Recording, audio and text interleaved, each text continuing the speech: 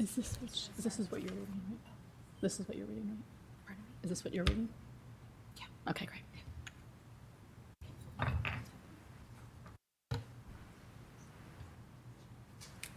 It's still 5:59. I'm just gonna. Okay, I'm gonna wait till 6.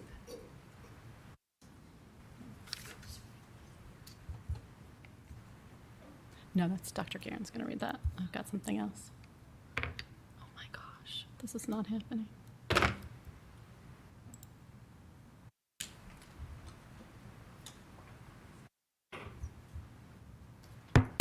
I call this meeting to order of the Madison Elementary School District Governing Board.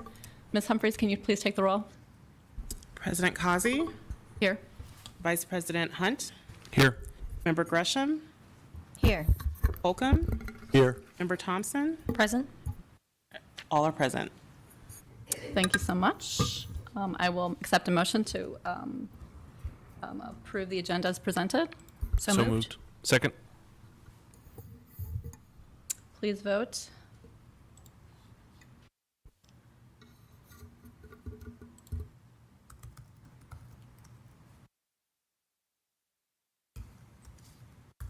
We have more.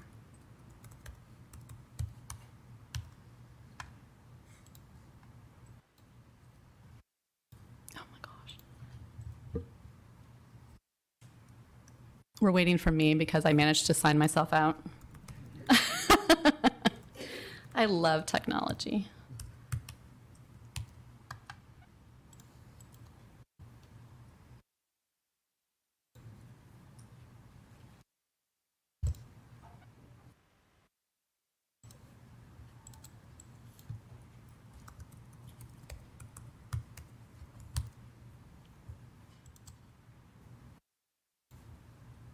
Can we do a voice vote? Oh, never mind. I'm in. Oh my goodness gracious. No, I'm in. Motion carries. All right. Ms. Humphries, would you like to lead us in the Pledge of Allegiance? No, Miss. Oh, Miss. Oh, why don't you come up? Is it okay if the string group comes up to help us? It would be nice to have you. Saved by number 1. I'm going to get you next time. No, you can practice.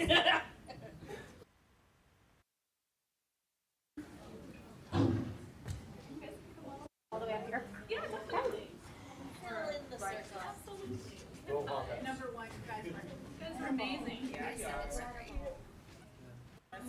It's not on your violins. All right. Okay. Can you guys scoot down this way? No. Like this way, guys.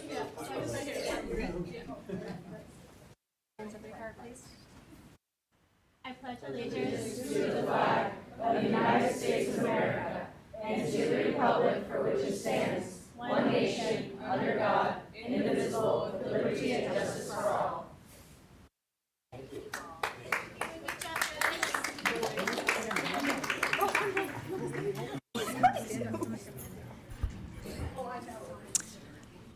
Is there a need for an executive session? All right, seeing none, we'll move along to item number 4, communications and announcements. Dr. Garen, would you like to present this item? President Causey, members of the board, cabinet, and guests, I'm very excited to have MDTCA President Anna Andrews come to the podium.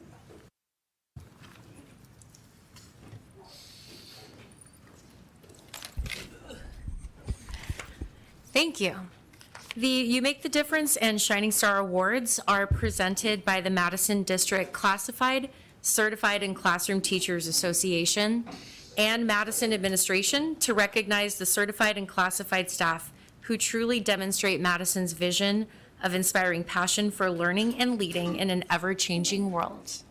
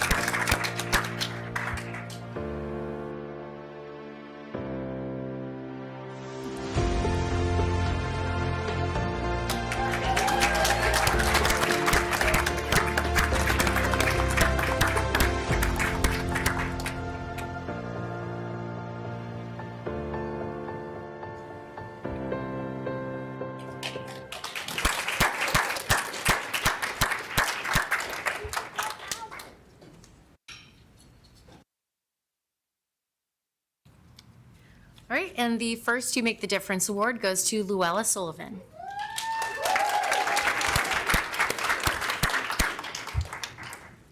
We have the distinct pleasure of recognizing an educator who defines what it means to be a true partner in the classroom. When we talk about the magic of early childhood education, we are often talking about the quiet, diligent work of Miss Luella Sullivan. As our resource teacher for preschool through second grade, Ms. Sullivan navigates one of the most critical development spans in a child's life. It is a role that requires equal parts patience, expertise, and a high level of strategic thinking, all of which she brings to the table every single day.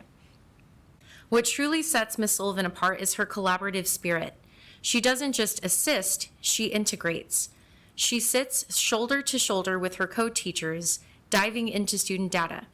She has a unique talent for listening to parents, analyzing student results, and developing individualized roadmaps for student success.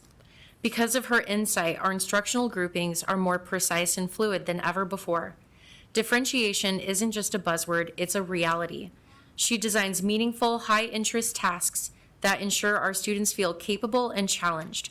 The bridge between intervention and the general classroom is seamless, ensuring no child falls through the cracks.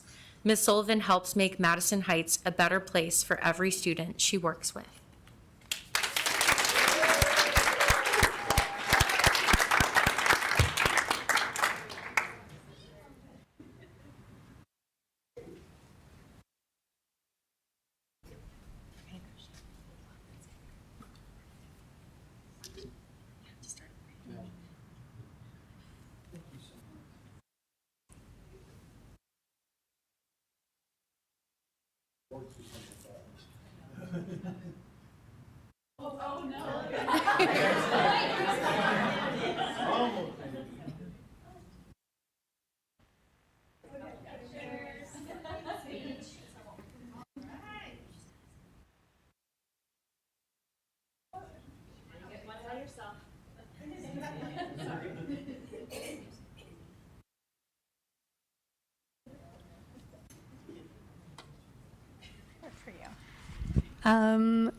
I just feel very grateful to be here. I have a whole crew out there who are here to support me, which means a lot to me. Thank you guys for being here.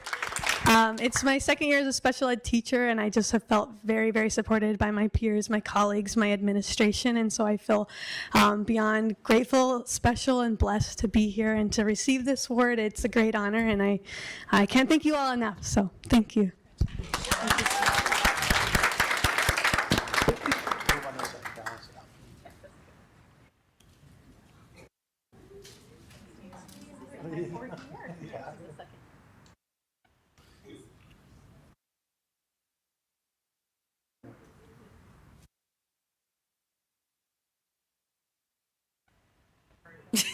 It's okay.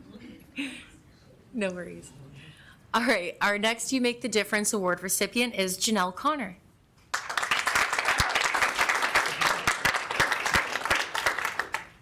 At Madison number 1, we are incredibly fortunate to have Janelle Connor as a cornerstone of our 8th grade ELA department. Janelle is the definition of an educator who works tirelessly. Her classroom is a space where high expectations meet unwavering support. Through her thoughtful and rigorous instruction, she ensures that every student has the tools they need to be successful. Her passion for literacy doesn't just teach students how to read it, it empowers them to learn, grow, and find their voices as they prepare for the transition to high school. Beyond her own classroom walls, Janelle's influence is felt throughout the school. As an integral member of our leadership team, she plays a crucial role in bridging the gap between high-level school goals and daily classroom practice. She has a unique talent for taking systemic objectives and turning them into actionable steps that foster student growth. Janelle doesn't just advocate for these goals, she lives them, serving as a model of excellence for her colleagues. Janelle's impact is further amplified by her commitment to her peers. By collaborating closely with her grade level team, she has been instrumental in teaching fellow educators how to implement school-wide strategies effectively. Her willingness to share her expertise ensures that our instructional methods are cohesive and that every learner at Madison No. 1 benefits from a unified approach to success. We are proud to recognize Janelle Connor for her leadership, her dedication, and her heart for our students.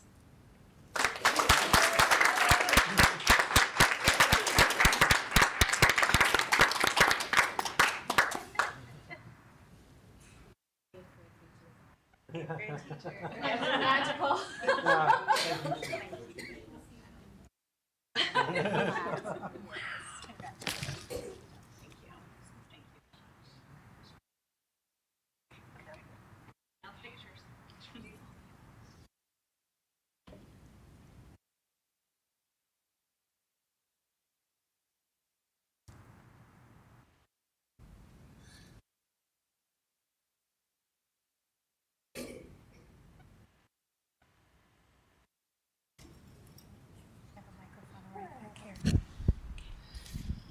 I actually have to tell you that that video, I was completely shocked. They walked in the room and I was teaching, actually trying to get attention of my students, 41 of them in there. And they did, which was great. They were amazing, but I just kept teaching because I thought, oh, they're just here to observe or look at something, or am I in trouble? And what did I do? And I have to say thank you so much to my peers and colleagues and my administration. I was completely shocked. It's my first award ever for my job. So I do work really, really hard. I really care about my students, and I do everything I can to support them, including Vivian right there. Thank you so much again.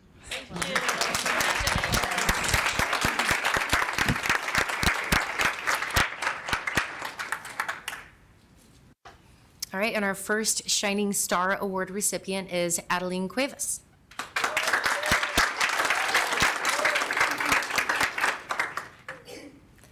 They say the front office staff is the heartbeat of a school. And if that's true, then our heartbeat has never been stronger or steadier than it is right now.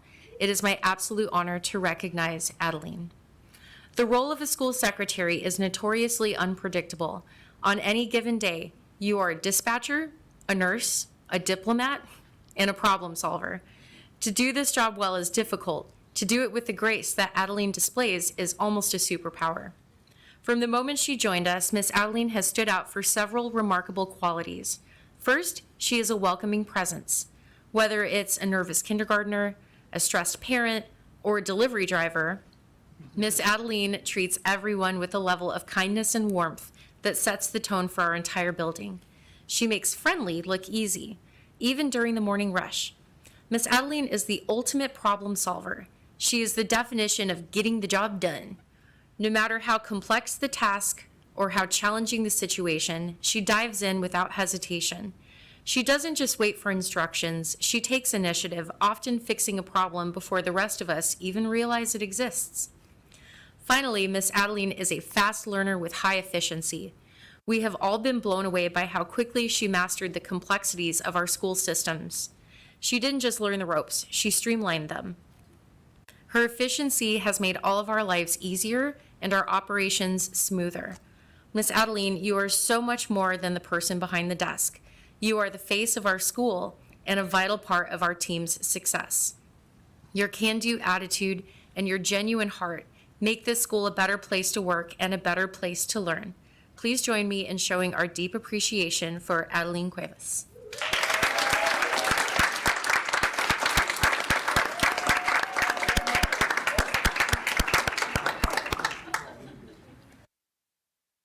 Congratulations. Thank you.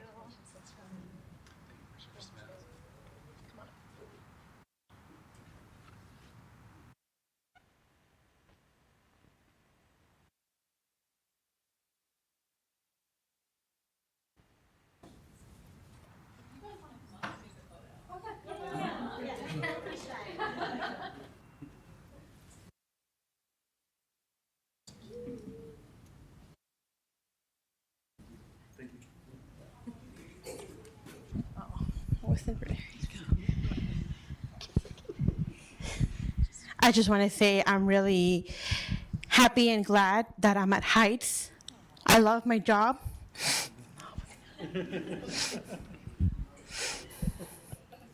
And everybody's support here, all my colleagues and admin. I truly appreciate everyone.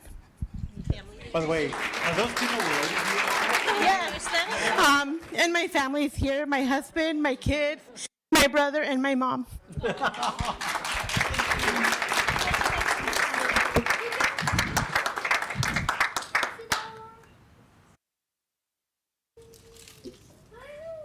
And our next Shining Star Award recipient is John the Goat Tavkar.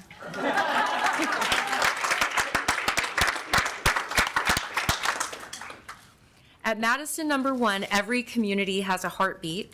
And for us, feel a theme. It's like it's almost Valentine's Day. And for us, that heartbeat is Mr. John Tavkar. John serves as the absolute rock of our front office. His dedication is unparalleled. Rarely missing a day of work, he is the first line of support in the daily puzzle of school operations. Whether he is meticulously coordinating coverage for absent staff or ensuring every logistical detail is in its place, John works tirelessly behind the scenes to ensure our school runs at its absolute best. John is far more than just a secretary. He is the face of Madison #1. Every student, parent, and visitor who walks through our doors is met with his welcoming and professional presence. In a fast-paced environment, his calm demeanor and helpful spirit sets the tone for our entire campus. When a staff member needs a definitive answer or a helping hand, Mr. John is the person they turn to. His wealth of knowledge and eagerness to support the needs of others make him an indispensable resource to our administration and the wider community. We are incredibly lucky to have John Tavkar serving our students and families. His efforts go beyond standard job duties. They represent a genuine commitment to the success and well-being of everyone at Madison #1.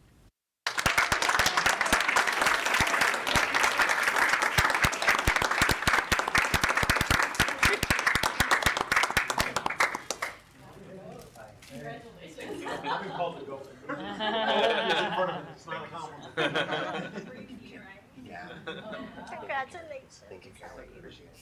How long have you been there now? 26.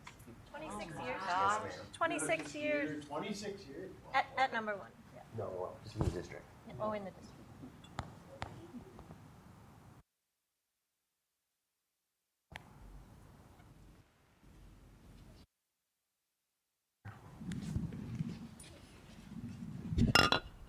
Wait, first you gotta do a picture. Oh, another one? Oh, my picture. Sorry. I don't have to do this.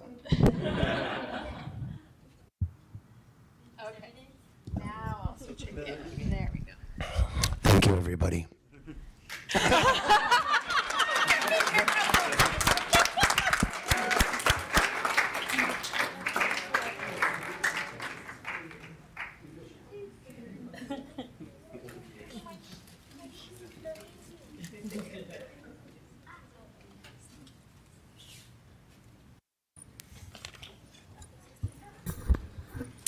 This is the time when we say we really appreciate having an audience, but we are no way obligated to stay.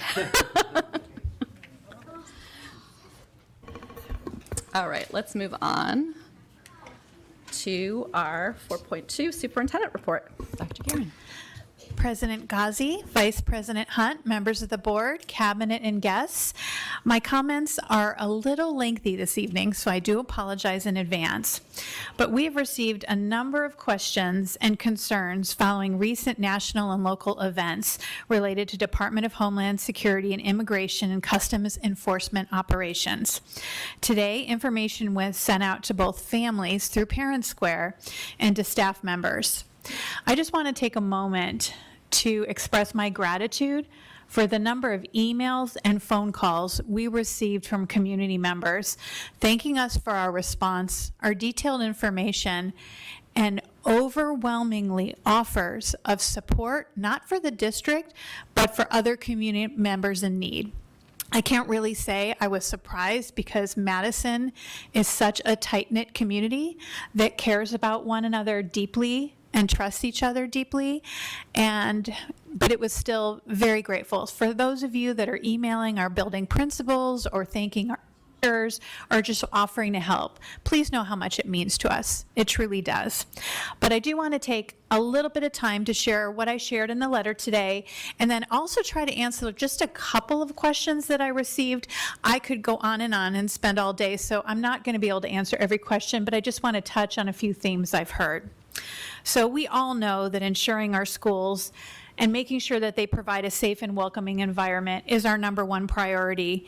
We have been working so hard on school safety, and we've had renewed efforts ever since COVID on a comprehensive approach that includes both preventative and responsive measures. So when a situation or a challenge like this occurs, we feel well, even though it is very challenging, we feel well prepared in our systems that we have developed throughout the district that will serve us at this time. Our preventative work is based in our proactive planning, establishing clear protocols ahead of time that will help us remain calm, focused, and organized, and communicate clearly, but also accurately and efficiently. Similarly, our responsive measures are designed to provide a structured and legal framework for how our schools and leadership respond to any situations and/or requests. Although there have been no incidents on Madison campuses, these preparations help to ensure we are able to appropriately address the situation. We have trained staff. They have step-by-step instructions on how to take action to get support for themselves, for students, and for families, and that is critical. In such an event, schools would work closely with district leadership, the impacted family, and the district's legal counsel to address the request. We are committed to answering all questions, working collaboratively with our community, and helping families that need individual guidance. So I have gotten some questions about what if something is happening in the neighborhood at dismissal, things of those nature. It's impossible to answer every single question, so I think really a conversation is very helpful. So I encourage people to reach out, because having a conversation and understanding our plan more in depth will provide some peace of mind. But please know that if you go to our Madison Emergency Safety page, you'll find out there are different actions that we take. And one of them is called a lock-in. So we would lock our doors, just like if there was regular police activity near a school during dismissal. We already practice this. We have had practices of this. So many of those drills and operations would take effect for this. So please reach out to your school principal if you'd like more information, or you can call me or any of my cabinet members. This is our #1, safety is our #1 priority. Please do not hesitate to reach out. I've also had some requests for access to resources, and I really think our social workers and our counselors are best suited to individualized support. They stand ready and they have guidance for you. So please call them. They are a safe place to call and ask for help. What I am going to do, though, after this communication is monitor over the next week, and if I see some themes of questions emerging, I'll develop a Q&A, question and answer document, and send that out as a follow-up. But if you notice, I included my email and my phone number in both communications, so I am happy to have as many conversations as possible. We've worked so hard to build this community and establish trust and support one another, and we will continue to do that. So thank you. All right, now I do have some other things to share. Last week, we celebrated the grand opening of the Madison Meadows Gym. The event included a surprise appearance from the Phoenix Suns Gorilla. I would like to extend my gratitude to the Meadows staff and students for their patience all fall while navigating a whole semester without a gym when it was pretty hot. McCarthy and Grace, which was formerly DLR, did an incredible job with the facility. If you haven't seen it yet, please visit it. The flex room, the gym, the bright colors. It is worthy of Madison Meadows, and I know they waited a long time for it. Today, I spent a very long day at the state capitol to advocate for education, an event organized by the Greater Phoenix Area Management Council, or GUPPY-MEC. I met with state senators and representatives and attended an education committee meeting. I also met with the governor's staff to advocate not only for the Madison community, but for public education, because we are together a greater community serving the public good. Well, we had a spelling bee last week. Congratulations to all our school spelling bee winners. Everyone in the district bee was a school winner, so congratulations to all of them. We hosted it at the Madison Center for the Arts, an amazing facility, and I'm proud to share that 2 Madison students will advance to represent us at the regional bee. Special thanks to former board member Sarah Spear, who had the toughest job of being the pronouncer, and to our judges, Scott Holcomb, Karen Gresham, and Brett Hunt. I think they made Scott do the bell when someone got out, or it was the light.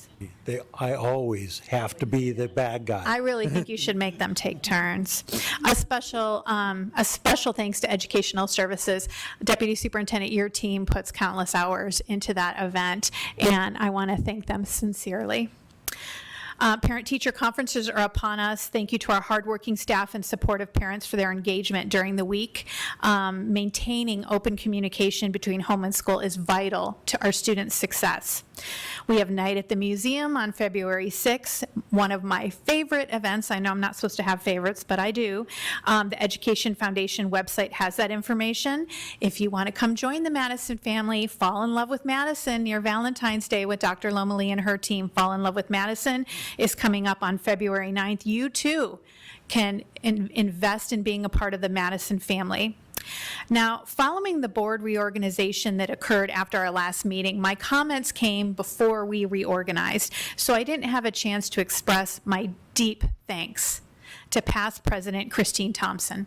Her steady, student-focused leadership as governing board president has been an immense asset to our district and to my leadership. Thank you so much, past President Thompson. Okay, I think I'm finally done. Thank you, Dr. Guerin. We'll move along to governing board member reports. I thought we'd start in alphabetical order and then kind of go down the line in subsequent meetings so everybody gets a chance to go first. Does that work for everybody? So we'll start with G, Ms. Gresham. I wasn't sure which direction you meant. Okay, thank you. I want to congratulate our award winners, of course, as always, and our showcase number 1 for coming and playing for us. I also got to go to their concert. Was that a week or so ago? Their electric concert with the violence. It was really cool. That's the second year I've gone. The second year they've done it, and Ms. Sunzor does a great job. That's a really fun. I mean, if I got to do that when I was in middle school, I would totally want to play violin. But we also, and Dr. Guerin mentioned the spelling bee, so congratulations to our winners. Unfortunately, with the bees that I went and did pronounced at the schools, we had some students that were not able to come, so I don't know if I'm like bad luck or what, but the ones that won at the schools I went to couldn't go. But congratulations to the awesome spellers, and I want to thank Dr. Guerin also for your comments this evening and the letters that went out. The last thing we want to do, I don't want to say too much or too little. So, but we just don't want our students missing out on school out of fear. They could be missing out on meals as well. So that's the last thing we want. There are resources and groups that are ready to activate if there are emergent situations. And also the Arizona Attorney General's office, she also encourages you to submit any input or comments on their website. They have a form, and you can do that, and they are paying attention to that. You can also email us as board members, please. That's what we are here for. Mine's kgresham@madisoned.org. So please reach out to us as well. And I was thinking during your comments, Dr. Guerin, that maybe we should plan another school safety summit at some point. Maybe make that an annual thing or something, because it seems like there's always a need and always things coming up. So that would be great. Thank you. Thank you, Ms. Gresham. Mr. Holcomb. Thank you. Yes. The spelling bee was always enjoyable as always, and it's always so impressive as to the level that the students perform at, and also comport themselves. I mean, we had things that we had to adjust on stage, and they all just went through it without a hitch. I also got a chance to go to the concert from number one. It was phenomenal.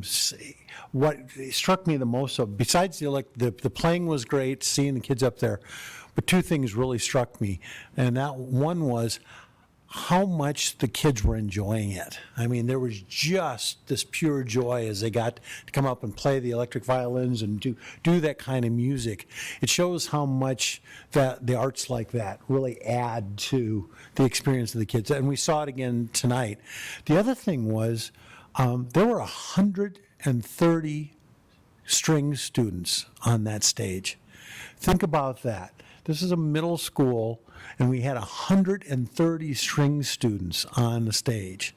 I haven't, other than the super large schools, I don't think there's a high school that can say that they have that many strings players around here too. So that was phenomenal. I did want to point out that at the Madison, there's coming up this Friday night is Spamalot, which is an off-Broadway parody of a lot of Broadway shows, including, not Spamalot, Spamalton. Yeah, sorry, sometimes the brain cells don't work in conjunction. But it is a parody of Hamilton and a whole bunch of other shows, and is coming straight off of Broadway. It again just shows what an asset that the Madison is. And I have nothing further. Thank you, Mr. Holcomb. Mr. Hunt?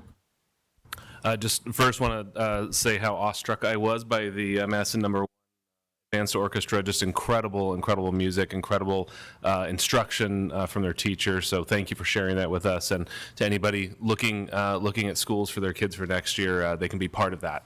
Incredible thing going on here at Madison number 1. So thank you for that. I really appreciate Ms. Mateen allowing us to participate in the spelling bee. Incredible talent among our students, incredible poise to stand up on a big stage and do something courageous and try their hand at spelling. So really excited to take part in that, and really excited to see how our folks do at the regional spelling bee. The Shining Star and the staff and classroom spotlight tonight really reiterated to me in the current context of the insecurity that we're feeling in our communities, that we have incredible human beings in our district who are each day looking out for the students that come here to be in a safe place. And I'll tell you, for this, I don't want to speak on the whole board, but I know we all share a deep investment in school security. And that includes when there are agents of our own government who are trying to undermine that security. And so I just want to tell you, I don't know what that means, but we are invested in having our schools be a place that kids can come and learn and be safe and benefit from the incredible human beings that are on staff here at Madison. And we'll see where that goes and what we need to do, but I can tell you that's where we're dedicated and focused on. So thank you. Thank you, Mr. Hunt. Ms. Thompson? Thank you. Mr. Hunt, I want to echo your comments. I think today was an excellent example of leading in an ever-changing world. And I think that not only do our staff do that every day, our students, our teachers, but also thank our administration for stepping up in these uncertain times. I want to also congratulate all the award winners. I want to thank the strings who played today. It brought me back to my days playing violin in elementary school and viola in high school, and they just sounded so wonderful, and really appreciate you taking the time to come and play for us. I also want to take a minute to congratulate all of the students who just completed the winter sports. I think we have a number of league champions throughout the district. I know there are a couple at my school and some runners-up. So thank you to all the students who gave their all on the field or on the court in this last round of winter sports, and hopefully everyone is enjoying getting ready to try out for spring sports as well. Encourage parents to connect with their teachers at the end of this week. We have half days coming up on Thursday and Friday for parent-teacher conferences, and has been echoed here before. if you've got an issue, contact your school, be it the administration or counselors and social workers or teachers. We're here to support your students, both academically and social and emotionally. That's all I have today. Thank you, Ms. Thompson. I'd like to underscore the wise commentary of my colleagues and just comment that without strong arts programs, we had a wonderful example of the strings program that Ms. Enzor is leading at Madison No. 1. High schools don't have strings in their orchestras, and colleges don't have strings in their programs, and we don't have people playing in symphonies. So it starts here in middle school. It really does. And just having the idea that this is something I could do and then learning it's something that you're passionate about. That's what I think Madison does such a wonderful thing of providing our students an expansive amount of opportunities so they can find where their passion and their skills align, which is kind of the dream in life, I think. Prior to our call to public, I wanted to just read something in conjunction with some of the commentary that Superintendent Guerin shared earlier.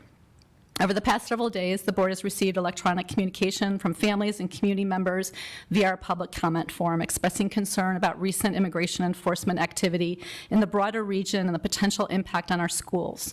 We want our community to know that we hear these concerns and we take them seriously. As our superintendent has communicated to both staff and families tonight at this board meeting and via written communications, Madison schools remain safe, welcoming environments for all students, regardless of immigration status. There have been no incidents on Madison campuses, but the district has proactively established clear protocols to ensure our schools are prepared, calm, and legally compliant should any situation arise. By law, every child has the right to a public education, and student privacy is protected under FERPA. The district does not share student information or allow access to students without proper legal authority, and any requests from immigration officials would be handled in coordination with district leadership and legal counsel. We recognize that uncertainty can create fear, and we believe clear, proactive communication is essential. The Madison School District remains fully committed to student safety, family trust, and supporting the well-being of our entire school community. Families are encouraged to reach out to their school or the district with questions or concerns, and counseling and support resources remain available. Thank you. Let's move along to our consent agenda. Are there any items that need to be pulled prior to requesting a motion for approval? Seeing none, I will entertain a motion to approve the consent agenda as presented. So moved. Second. Is there a second? Oh, Mr. Holcomb? Boy, that was fast. Woo. Please vote accordingly.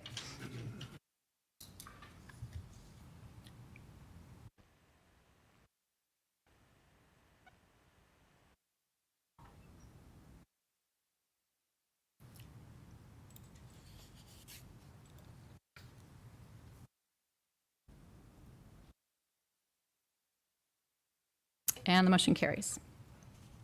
Moving along to item number 6, call to the public. Pursuant to board policy, time has been assigned for a call to the public. This is an opportunity for individuals to address the entire board in a public setting to express their views or concerns. State law limits our ability to respond to comments made during the call to the public. However, we do hear your remarks, and we ask the superintendent to follow up and to provide us with information regarding any issues raised. To keep us on schedule, each speaker has no more than 3 minutes. We have received one call to the public. We also, as I had indicated, and Dr. Guerin previously, we received numerous items via electronically submitted. We have read all of them, and as indicated earlier, we can't comment from the dais on them since they're not agendized, but I will call the one that I did receive in writing, and if there's anybody here that submitted electronically and wish to speak, please make that known. So when you're called to speak, please proceed to the lectern. As a courtesy, you'll be notified by a beep. Your 3 minutes are up, and at the end, your 3 minutes will ask you to conclude your remarks. You'll see there's a little color-operated. Mr. Thompson will help you out there. Our first speaker will be Natalie Harris.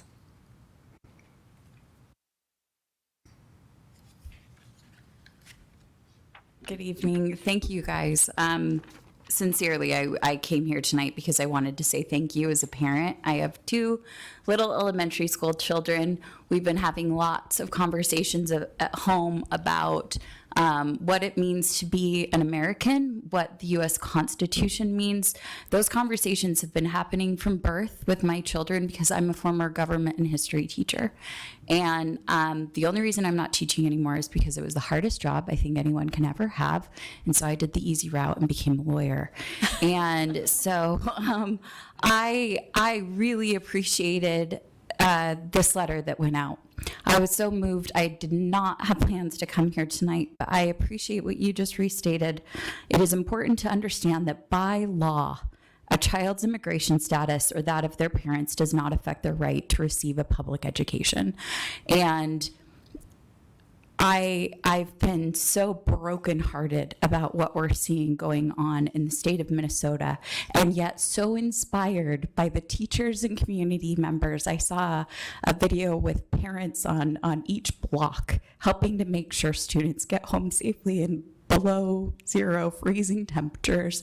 And I've been so inspired by our own community. And I think I know from being a student of history and a teacher of history that it is decisions that are being made now in preparation that will make the biggest difference. I know we all pay insurance bills probably every month or yearly, depending on our jobs, that we hope we never use.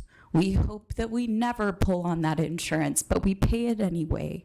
And right now, all of us together, teachers, all of you in this room, and the parents and the students, we can pay insurance in time. And making sure that proper protocols and things are put in place, that we as parents know where we can go and support. I think of you guys as the center of a hub that we are the spokes of, that we can come together and make sure that if there are families that don't feel safe going to the grocery store, is there a safe way to find out about those families and make sure that they have their needs met? Because I know that we have a First Amendment right to protest. We have a Fourth Amendment right to be safe. We have a right to education that is so important so that our little ones don't come home crying, saying it's against the law to protest. And a mommy was killed because she was protesting, and mommy, don't go out and protest anymore. And having to sit down and make sure that they know that just because someone said it doesn't mean it's true. And I hope that we don't have a chilling of speech as a result of what we see going on in our country. I hope that each educator has the ability to continue to educate on truth and facts. And I appreciate each of you. This letter gave me so much hope, gave my kids a lot of peace of mind, and I just really wanted to say thank you. Thank you so much, Ms. Harris. Are there any other speakers who submitted online calls to the public that wish to read them from the dais? All right, thank you. All right, moving along to board item number 7, board policies, first read. If I recall, we have a number of items, and we're just moving along to Mr. Thompson, I believe, yes? How long is this going to be? Approximately 3 hours? Absolutely not, Madam President. This is first read. Just so you understand, when we say policies with no changes, that means we're accepting ASBA's recommendation to change. So yes, there are changes, but we're not making any other additional Madison changes to them. When we say there are modifications, it means that, yes, Mr. Thompson reworded some things. In between the first read and second read, please continue to look at these. It's a lot, so I understand. Please, continue to take your time. When you see something, please reach out. There's so much, I don't know how to even focus on one change or really highlight anything for you. Most of it is form and some changes to law, but there's some a little bit of wordsmithing. I won't disagree with that on my part. And then finally, if we didn't accept their changes, I found one of two things were true on those, and that was either our policy already had been updated to this recommended language, so there was no real reason to adopt a change, or basically we have our own policy. And that's one of the things maybe I should highlight. If you look at our current policy and you see a copyright, that means it's an ASBA standard. If you don't see a copyright, that means it's a Madison unique policy. And so I focused solely on those ones that, or for the most part in this area, if there was a Madison policy, then the changes didn't seem necessary, or we already had something that was so specific that you could tell, that's our policy, then we're just not accepting their changes so that our policy remains in place. So I know there's a lot coming at you with this and more reads to come, but please continue to ask questions and reach out to me if you have any on this first read. I really don't have anything specific to point out to you at this point. Thank you, Mr. Thompson. Any questions? Ms. Gresham. Thank you for all your work on this. This is so much. But, and you did answer some of my questions with what each category was. And then the ones that you said that you didn't accept the ASBA changes, was that, so there were some, I think, that looked like, I couldn't tell, so we're not getting rid of any of them. We're just not changing them. So, ASBA yeah, this is another hard part about what they're doing. They're also consolidating, which I actually support. I think there's probably too many ABB, CDD, YYYs. And so there's some that I think they've decided, look, there's some commonality, and maybe we just squish those in. So some of these are just simply kind of moving an existing policy into another policy and making it one instead of two. We're accepting those for the most part. Really, the only ones rejected are either we have a unique policy that I thought we should leave in place, or we already adopted that policy change and we don't need to do it again. Okay, so we're still the policy's still there. It's just we're not doing it. Yep. Thank you. Any additional questions? Wow, you are very effective. Thank you. Thank you. It's a lot, but I think the work is being, is on you and me to read all this outside of the meeting. So this evening is kind of simple, but it doesn't mean a lot of work didn't go into it. So thank you for your questions, and we'll continue to work through these in the next few weeks. Thank you, Mr. Thompson. All right, moving along to item number 8, information items. 8.1, Medicine Induction and Mentoring Program. Dr. Guerin, would you like to introduce this item? President Kazi, members of the board, cabinet, and guests, I'm so excited to turn over to Deputy Superintendent Barb Marshall to highlight a lot of work being done in this area to support and mentor our teachers. Thank you, Ms. Marshall. Thank you, President Kazi, members of the board, members of cabinet. We're really excited about the mentoring program in any career field. Professional organization, mentoring is so important, and not more so than in the field of teaching, where in a non-evaluative way, teachers can receive support and guidance, especially in those first few years of teaching. So under the direction of Laura Webb, our Director for Curriculum and Instruction, she and her team have really put together a robust mentoring program, and they're here tonight to provide an overview of that program.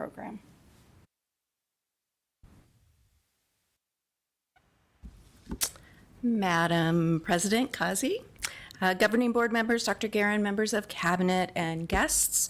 Tonight we're excited to share information about the Madison District Teacher Mentor Program. This program is part of a strong, connected system of support that includes instructional coaches, behavior interventionists, data analysts, and gifted education services. What makes our mentors special is their ability to bring these resources together seamlessly, offering personalized guidance that supports our newest teachers and eases the demand of the work. To start off, we would like to present a video that highlights the work being done, and then two of our people will come and give more information.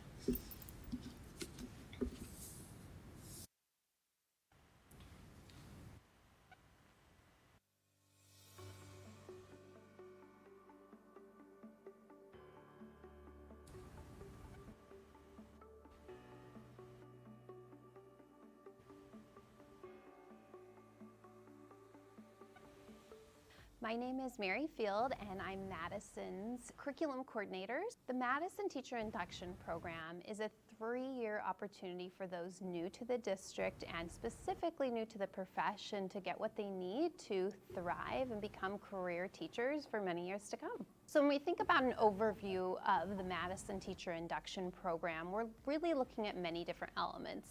One being orientation, that initial onboarding and welcome to our district. And what's really special in Madison is our approach isn't them just new folks getting to know us, but it's really us getting to know them and starting relationships really early on in their time in Madison to make this a place where they are for many years to come. The second part of the program is actually our induction sessions, or what we call institutes. And these, depending on the experience of the teacher, could be 1 year or up to 3 years if they're brand new to the profession. This is where they really get that content, knowledge, philosophies of our district. And then the third part of that really rounds it out is the mentoring and coaching support, which is that job-embedded support in the classroom, in the schools, to get timely and relevant support that reflects the needs of the individual who we've hired to become part of our community. My name is Rachel Rutledge, and I'm a new teacher mentor for our elementary teachers, 0 to 3, new to the profession. So with the structure of our program, it goes beyond the basic onboarding, is that we really differentiate for our teachers, and we have our 0 to 3 teachers that we're with for the whole year, and we really go in and we do cycles with them. We're also there for their moral support, and it's not just the basics of here, this is what our district does. It dives deep into what they want to work on as well, and it really kind of brings out the skills that they have. There's many key components that make up a high quality induction program, and one of them is having highly trained and skilled mentors. A mentor is somebody who has the instructional expertise to come alongside a teacher and to develop them, develop their skills, develop their goals, help them and support them, but they also have the disposition of knowing how to work with adults. Adult learning theory is very much different than what we offer sometimes to children in a classroom. These are adult humans who come with skills, backgrounds, expertise. Many of our teachers come as second career. They really know how to meet them where they're at and move their practice forward to ultimately benefit the schools and the students and the families that these teachers serve. The other reason why a highly skilled and trained mentor is really important is that we're ultimately developing the next teacher leaders. My name is Mandy Smith, and I am the middle school beginning teacher mentor. The Madison Teacher Induction Program is different than other district supports because it's a very immersive experience. So they get to be mentored, but I am in their classrooms and I am with them all year. So they get an immersive kind of professional development, if you will, and a coaching experience. They don't just come in and learn one time and then exit the program. We are constantly working with them in their classrooms, observing them, coaching cycles. Then we actually have them get substitutes 4 times a year, and we have them come for a professional development that we provide. And we teach them some things, and it's all based on what we're already seeing in their classroom. We give them time to plan and implement those things. My name is Abby Reed. I teach 8th grade ELA at Madison Traditional Academy. I graduated from Grand Canyon University, and I student taught here in the 8th grade ELA classroom, and that would eventually take over. Say my first few weeks here at MTA and just in the Madison district overall were an adjustment. Just as a teacher, there are a lot of challenges and a lot of things to understand for the very first time, but I feel like the biggest thing that comes to mind was just the support. As a brand new teacher, the program really helped me solidify what I wanted to see for my classroom and how it aligned with the Madison School District. So I think the most impactful thing for me was having that one-on-one mentor.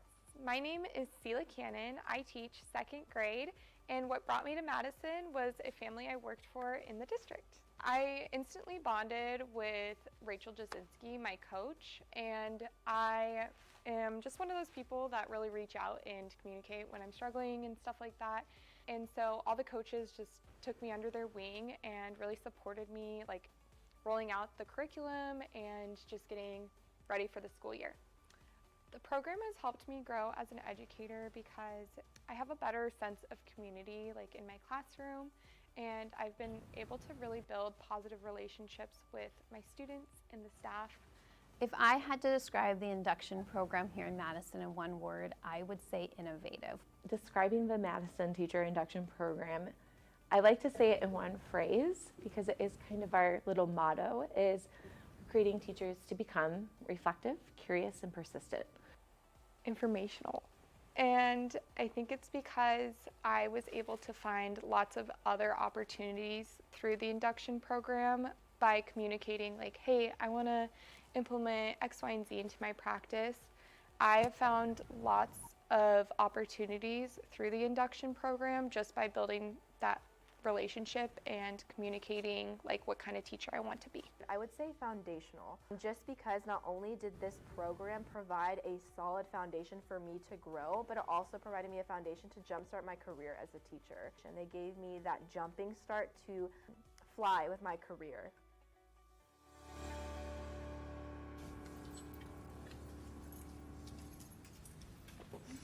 So you heard in the video, Mary Field is our Madison Curriculum Coordinator who's responsible for organizing and coordinating the mentor program.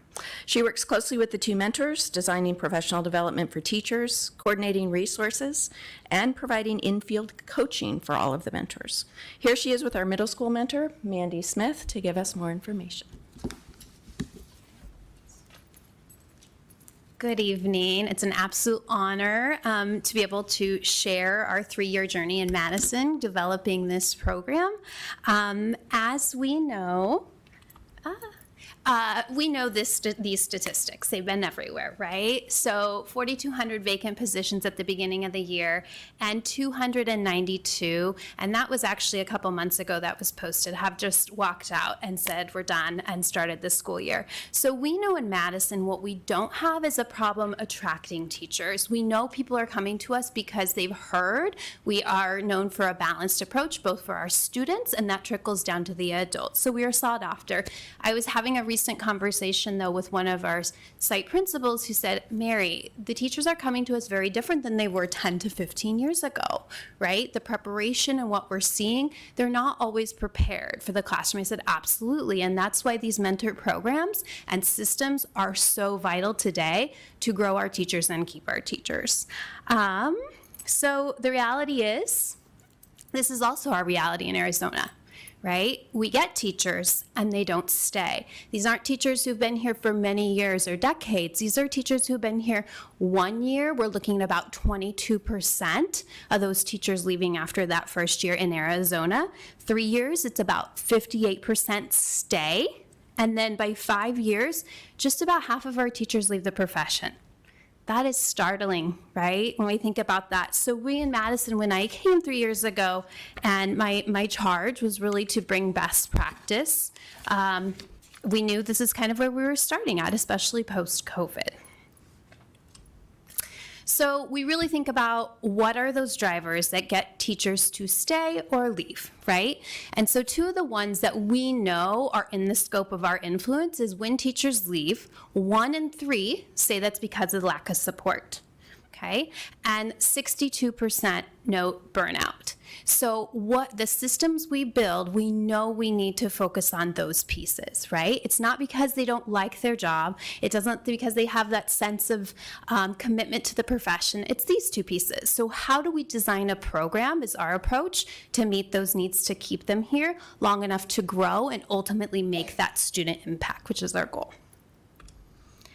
So it's really important to understand what mentoring is and is not. And if you've been a classroom teacher, we know there's different definitions of mentoring. And so it's really important, best practice of mentoring today, what that is. What it is not is just the buddy down the hall. Right? We still need those people to tell us where to go, what to get. What does that event in the fall look like? We definitely need those. There's a place for that. But it's different than instructional mentoring. It's not informal or inconsistent. So based on time in my schedule that I have available by our mentor, no, it's time dedicated in service to each new teacher, and they get that equal time. No matter their skill set they come in, they all deserve that mentoring. And then it doesn't depend on personality. So if a mentor doesn't jive or doesn't have that nice, that's not it, because what we do is we train those mentors to have the skill sets to work with anyone. So what it is, built intentionally, structured support, and those pieces you saw in the program, training, coaching, and systems that we'll talk about.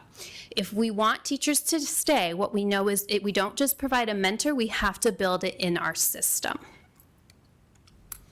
So the top of this, our goals have always been retention of teachers and growth to move student learning forward or student growth forward, right? So when we designed our system, we're really looking at three main elements here. First, the mentors, right? In the video, we talked about that selection and especially that high quality training. And we'll talk about partners who've helped us with that, and also coaching. So making sure that our mentors have great coaching support too, that they're not just deployed and said good luck, but they're getting the same feedback that they're giving and supporting new teachers with. The system, making sure our system reflects research-based practices. A lot of our work here reflects the work of the Retention and Recruitment Committee at the state level, the governor's task force a few years ago, as well, and that came from a lot of national work, especially out of the New Teacher Center of Chicago, who a lot of our organizations have in the state have adopted that as the model. We also know local context. Madison is different, right? So we really need to think about our local community, our state, and then of course that research above, and then consistent structures. So knowing and teaching people the structures and the systems available and being able to count on those, right? Finally, culture. And we always say in Arizona, we're trying to develop a culture of mentoring in our schools, because this isn't something that was a huge popular thing even a decade ago. And so the state has really been working on this. And that is with district and administrator support, them understanding the role of the mentor, what the impact is, and how they can work together with the mentor to provide a coherent system of support for the teachers. And then also role clarity. What is the mentor's role? What is the admin's role? What is the content coach's role? So that everybody's working together, not against each other, or not what we call sometimes tour mentoring. We kind of laugh at that because that can be overwhelming if it isn't thoughtfully planned out. And then of course, shared responsibility. It's all of our responsibility to support new teachers. Who makes this work? Like I said, it's a system. So you can see up their slides, every single one of these people in this system makes this work. I would say, again, we've really been making sure that our beginning teachers, we're using feedback and data to refine our system, making sure what we're providing is actually moving the needle forward for them. We're also layering in looking at student data for those teachers and using that to inform our students growing in their classroom within those first 3 years. Site admin, that's another huge piece to our work. Again, that coherence. What they're getting on the site as support, does that align with what the mentor is bringing too? So they should be working together. All right, what the program looks in practice, we kind of went over this already in the video. It gave an outline, orientation, mentoring, coaching, and professional development. So in the mentors work daily, they are working on one of these pieces. Okay. So I get the unique honor tonight. We have a couple impact stories, and this face will look pretty familiar from earlier. And I am presenting on behalf of Rachel Rutledge, who just welcomed her baby boy yesterday afternoon. And as much as I said, Rachel, you just, while we're doing that presentation, you sleep, you rest on your second night in the hospital. And she said, Mary, she is so committed to this work. She said, I will absolutely be there streaming this from the hospital. So shout out to Rachel. Welcome, and congratulations. But yes.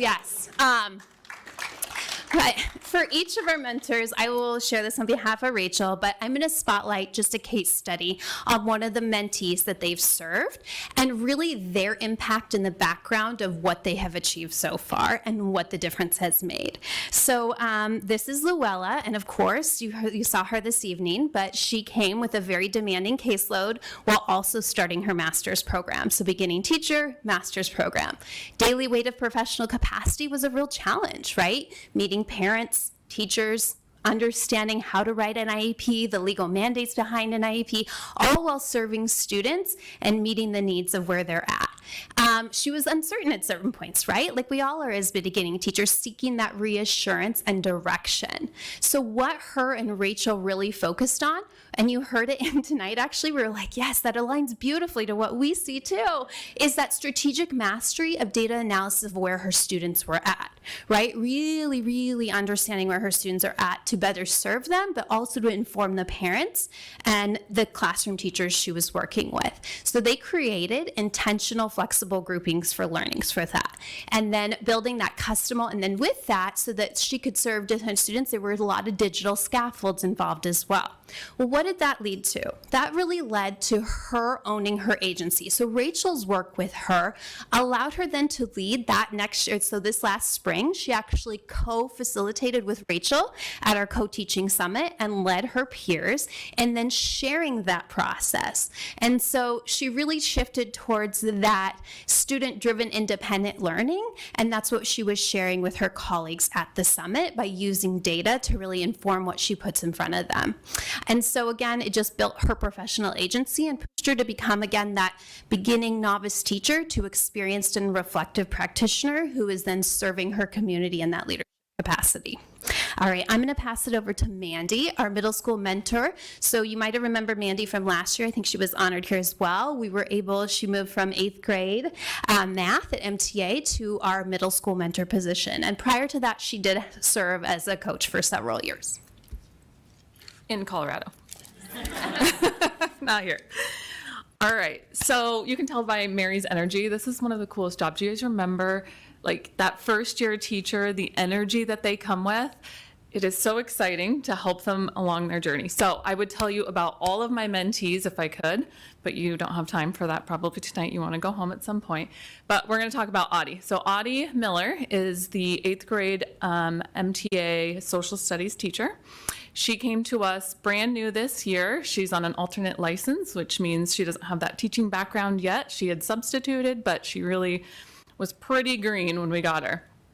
But what she had was that new teacher energy. So excited to get into the classroom.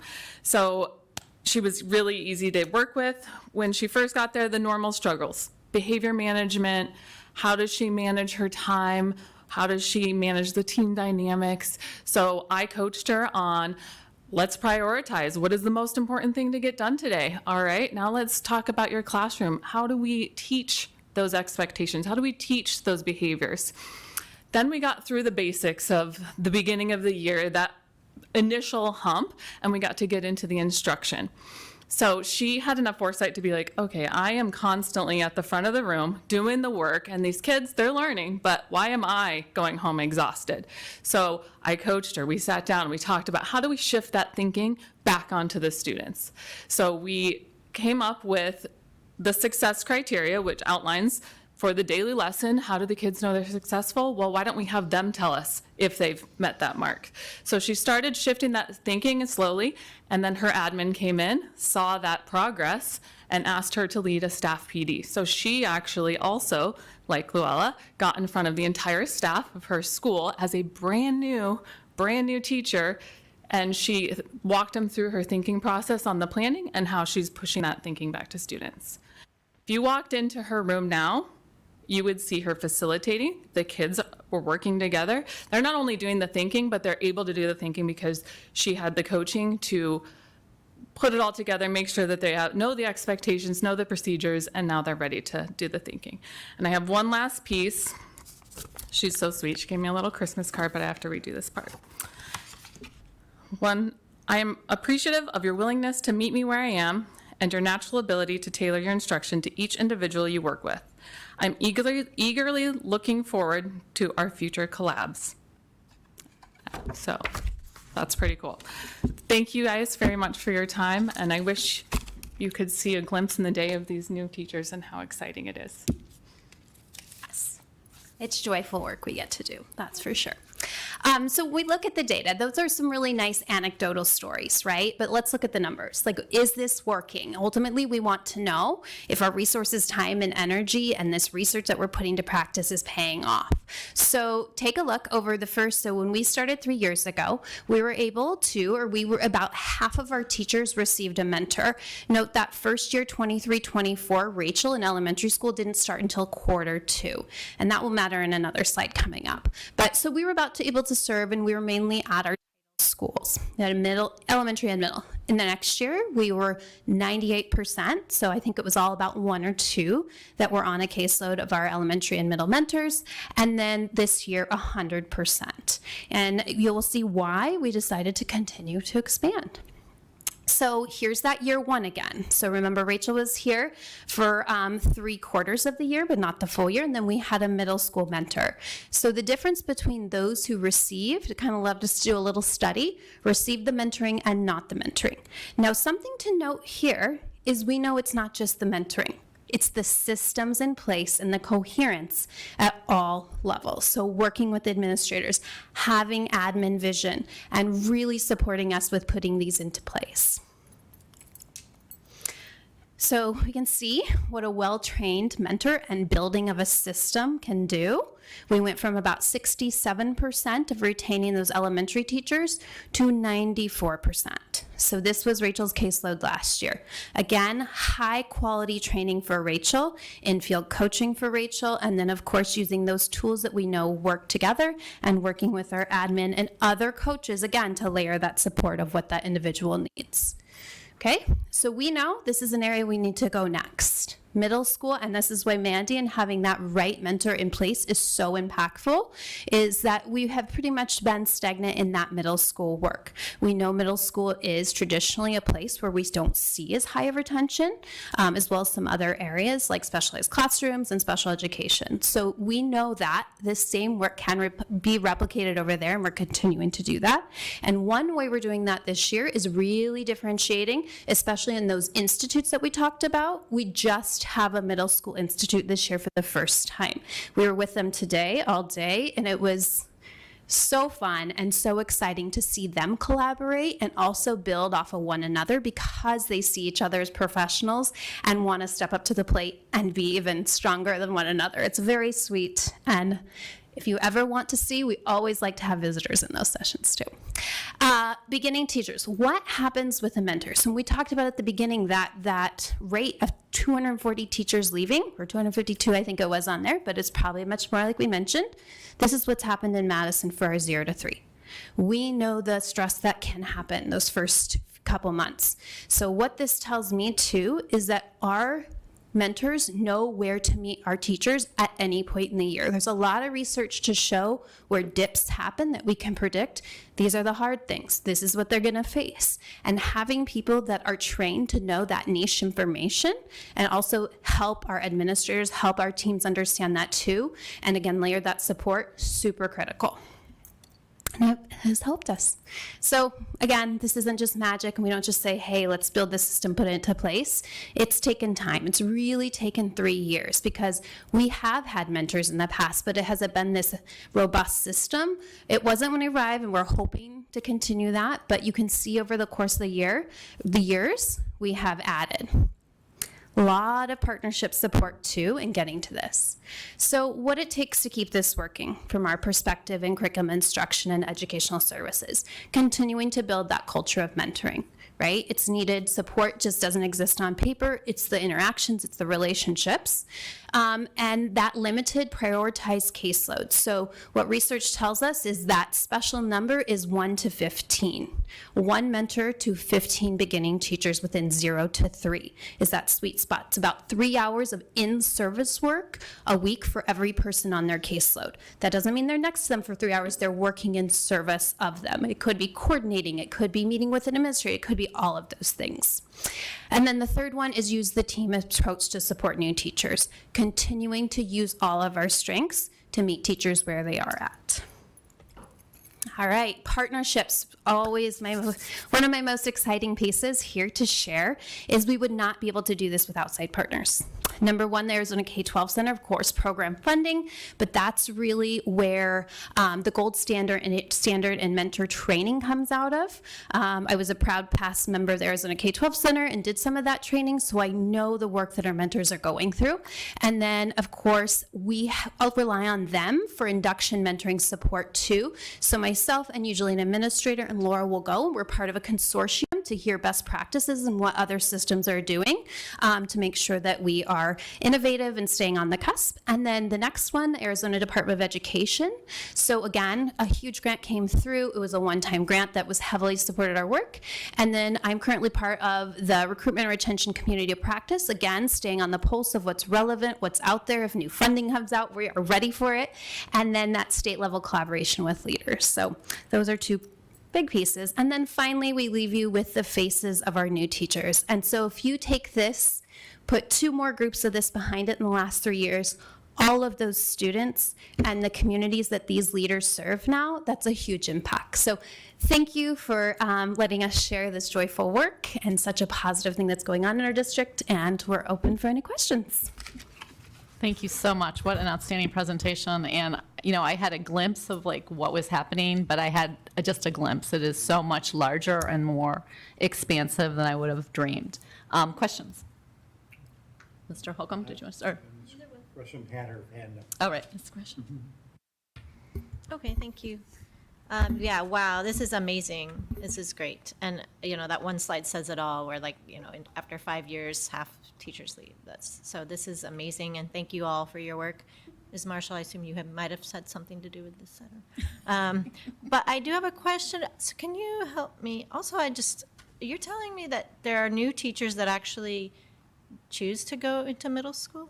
I'm like, does that really happen? Mandy has a good narrative on that. Okay, good. So That's my narrative on that.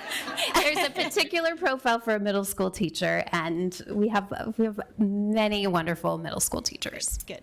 So my question, so on this slide 12, I don't know if I'm just not, can you kind of explain it? Because it's not clicking for me. Yes. Is that Audie's growth? No, the graph, it says year 1. Oh, yeah, let's go back to that. Is the mentored versus non-mentored. So I'm just trying to. Yeah. Okay, so that year, because when we started, so that August it came, and we had one mentor in one school, placed in one school, serving all new teachers to the district. So not just those 0 to 3 teachers, they were serving all new teachers at that one site.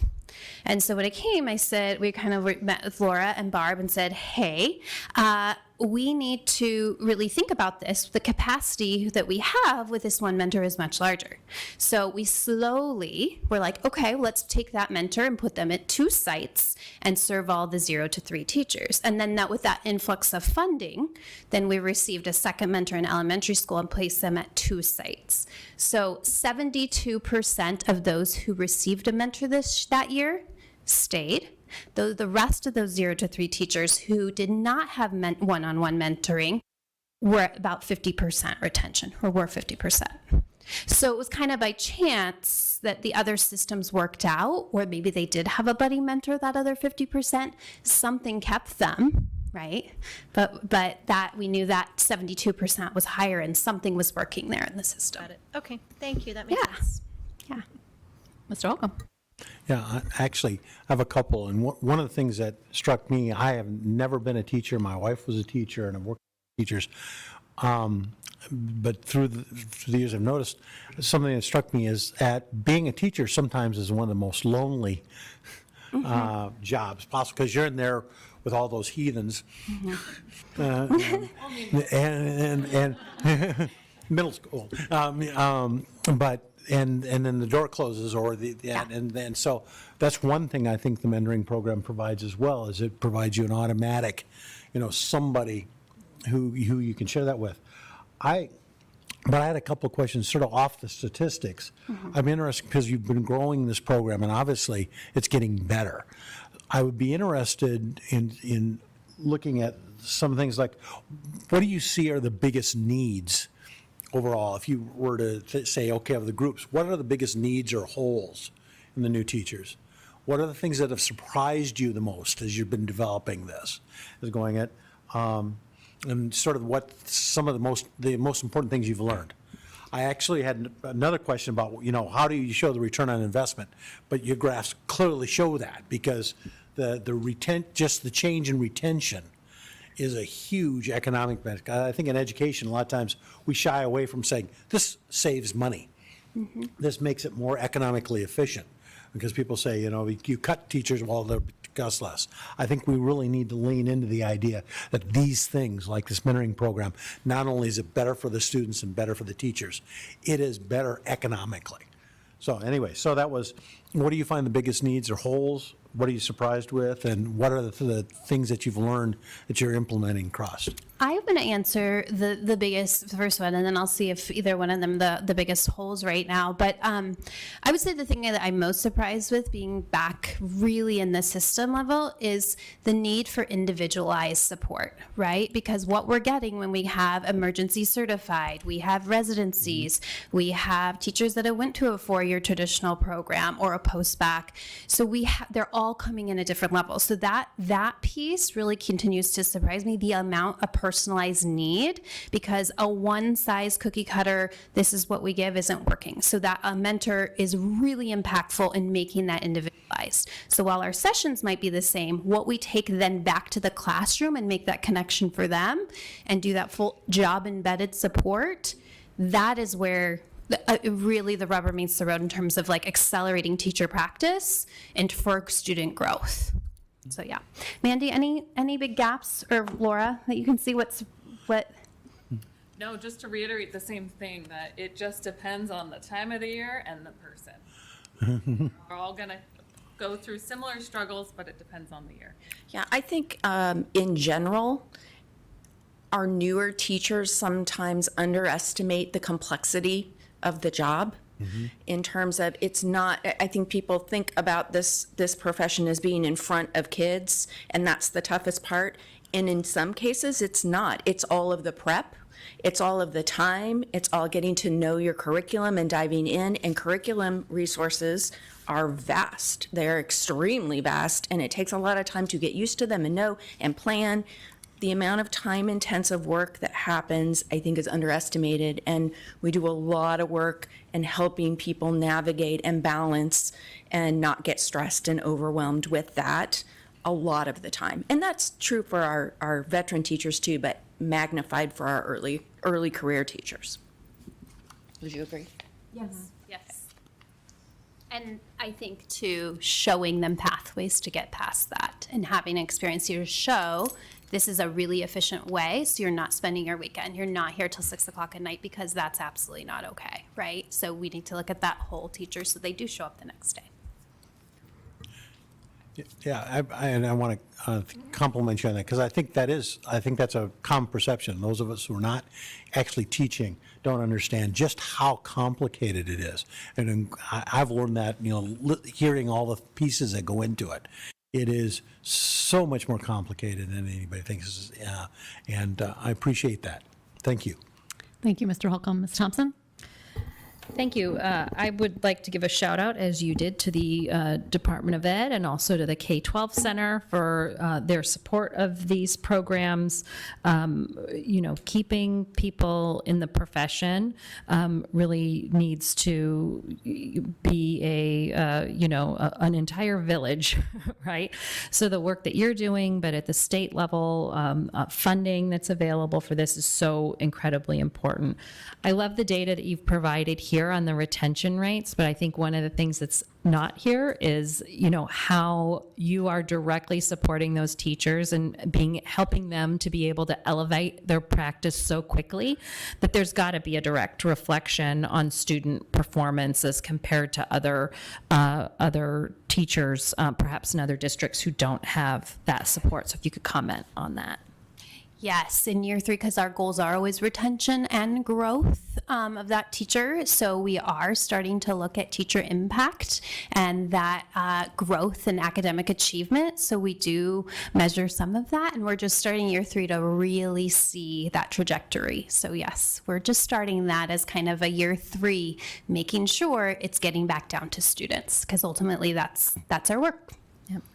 Did you want to add something? I was just going to say, just an anecdotal piece. We were talking with an administrator, and she was like, okay, well, when I hire somebody that's 3 years at another district and they come in, I am floored that they don't know what they're doing, that they didn't have the support, they didn't have the mentorship, they aren't a 3-year teacher of what we would define in Madison. So I think that right there speaks volumes to the program as well.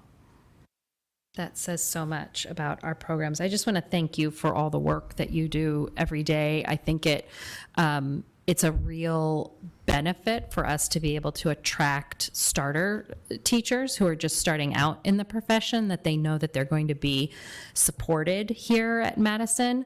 I'm hopeful that you're also getting feedback that's maybe helping us identify issues for even those teachers that might leave, even with mentoring, might leave after a year or two, in being able to inform the questions we're asking during the hiring process, so we can, I don't want to say weed out, but so we can help identify the issues that could be challenging. I know my kids had an experience with a teacher leaving their keys on the desk a couple of years ago, and it was traumatic for all of those students. It was someone who was beloved, but teaching was not for them, regardless of whether there was a mentor or not. But having those supports in place that you all provide is so incredibly important. And hopefully what you're also seeing, that's also feeding back into our HR system, so we can help select people who really have a passion for teaching and leading. Thank you. Thank you, Mr. Thompson. Ms. Thompson. There's just too many Thompsons. I just have a few questions. Mr. Holcomb had asked about or common themes or needs that you're seeing. I was curious, is there a two-way street with the Department of Education's recruitment retention community practice where you can then share what you're seeing, so it's going back to our educational institutions, so that maybe, I don't know, we can maybe, enumerate, like before they come to us, they maybe are a little bit better prepared? We're very vocal. We're very vocal, especially on that recruitment retention at the state level, because that's our space to kind of share context and what we're seeing. But yeah.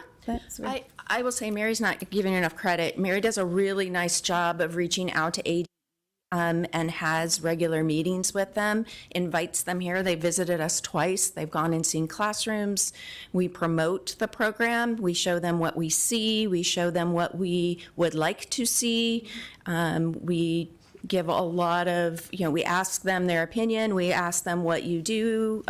We try very hard to take their advice, their recommendations, and do some things with them.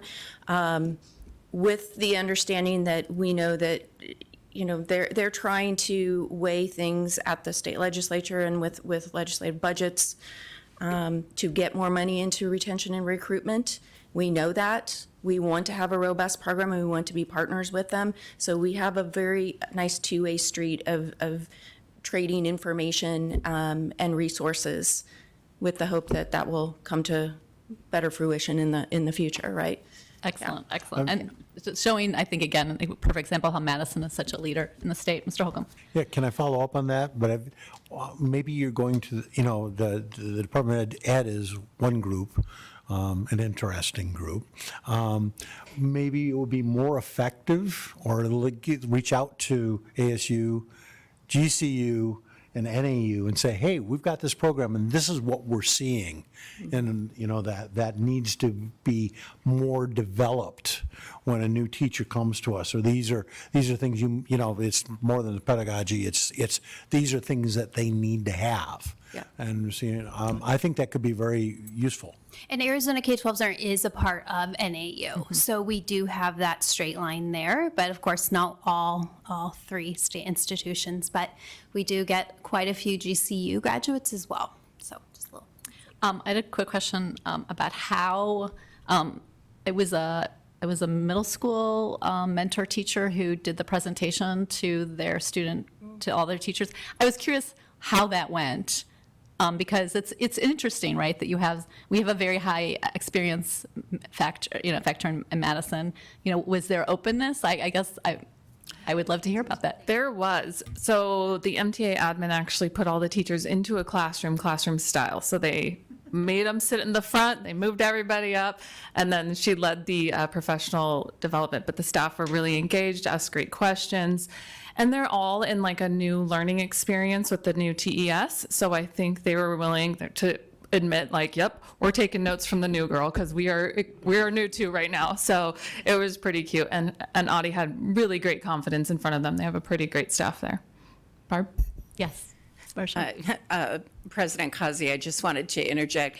We did the school improvement review at Madison Traditional last week where the teacher did that professional development.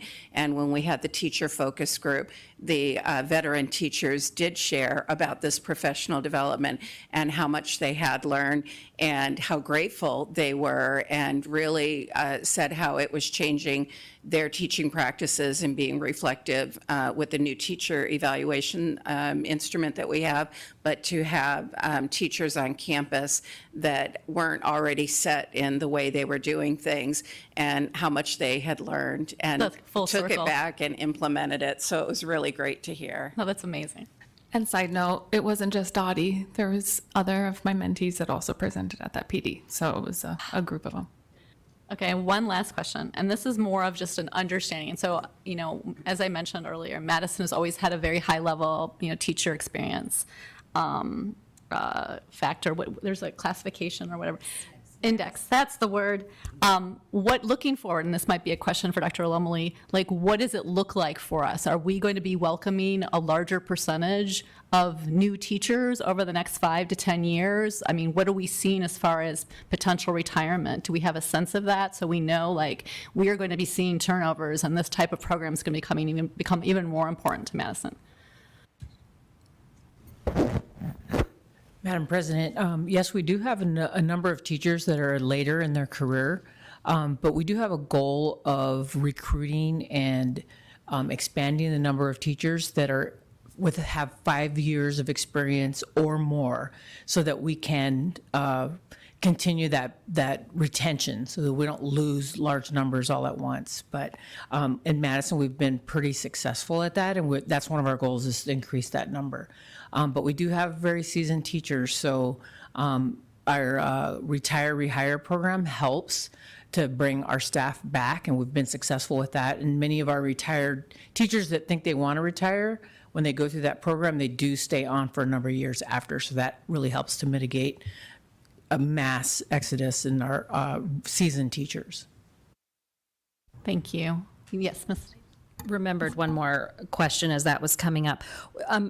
Can you identify generally, I don't need exact number, but kind of what the mix is of people who are coming straight out of school, traditional 4-year baccalaureate program into teaching versus people who are kind of second career? You mentioned something about, everybody needs something different, but somebody who's gone through a full program might have a different experience than someone who's going through a shorter program that is that's coming out of for a second career. So I was just wondering, in our mix in the 0 to 3s right now, what's the mix of kind of that traditional program to second career folks? And a general number, I'm not holding you to it. I don't have that, but something to think about too was even though those who were in a 4-year program during COVID very much so looked like one that was not, because they did not get that experience in front of kids. Yeah.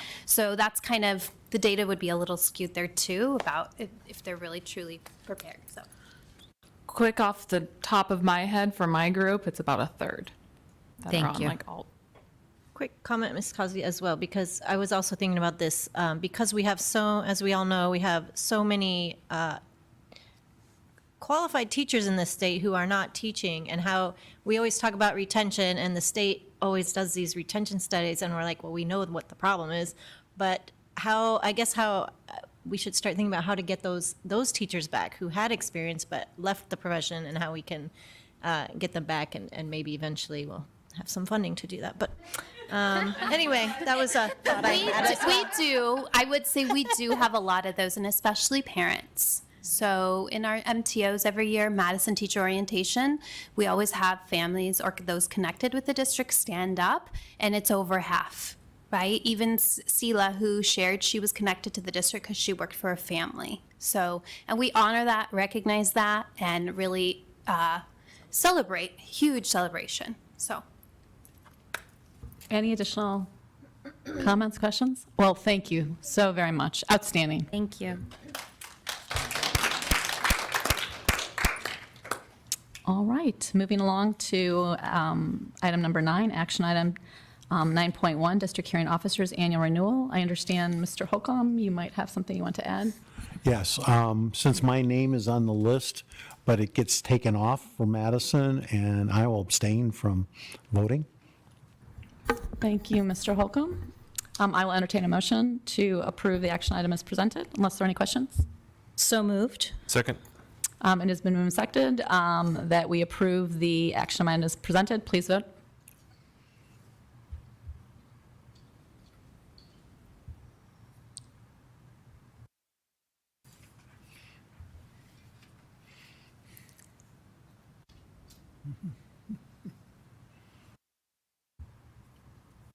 And the motion carries. Item number 10, future meetings. Dr. Guerin. President Kazi, members of the board, cabinet, and guests. We're going to have a busy afternoon and evening on February 10th. We'll start at 3:30 with an executive session to talk about interest-based negotiation and budget advisory, move into a study session to talk about board self-evaluation and the demographer report, and we'll hear a few little presentations and next steps on that. Moving into Camelview Elementary School Showcase with You Make a Difference Shining Star with Camelview and Park. Mr. Thompson is going to present us with even more first reads, and we'll review the second reads. We'll also talk a little bit about we'll get a Rose Lane rebuild update and a legislative update. And Dr. Lomely and Deputy Superintendent Marshall will present IBN and Budget Advisory presentation of recommendations. Thank you, Dr. Guerin. Are there any questions? Just, who are we getting the legislative update from? Jessica. Any additional questions of Dr. Guerin? All right, with that, I will entertain a motion to adjourn. So moved. Is there a second? I'll second. It has been moved and seconded. Please vote accordingly. While we vote, Mrs. President, I would like to just give a shout out to these young kids here who have stayed the whole meeting and were so Fun. behaved in attendance. So good Absolutely job. Most impressive. adults couldn't do that. Wow. Well, good job. Thank Well, someday you could run for school board. Think about it. Yes. The motion carries. Motion almost carries. And we're waiting. We'll carry eventually. Any minute. We are adjourned.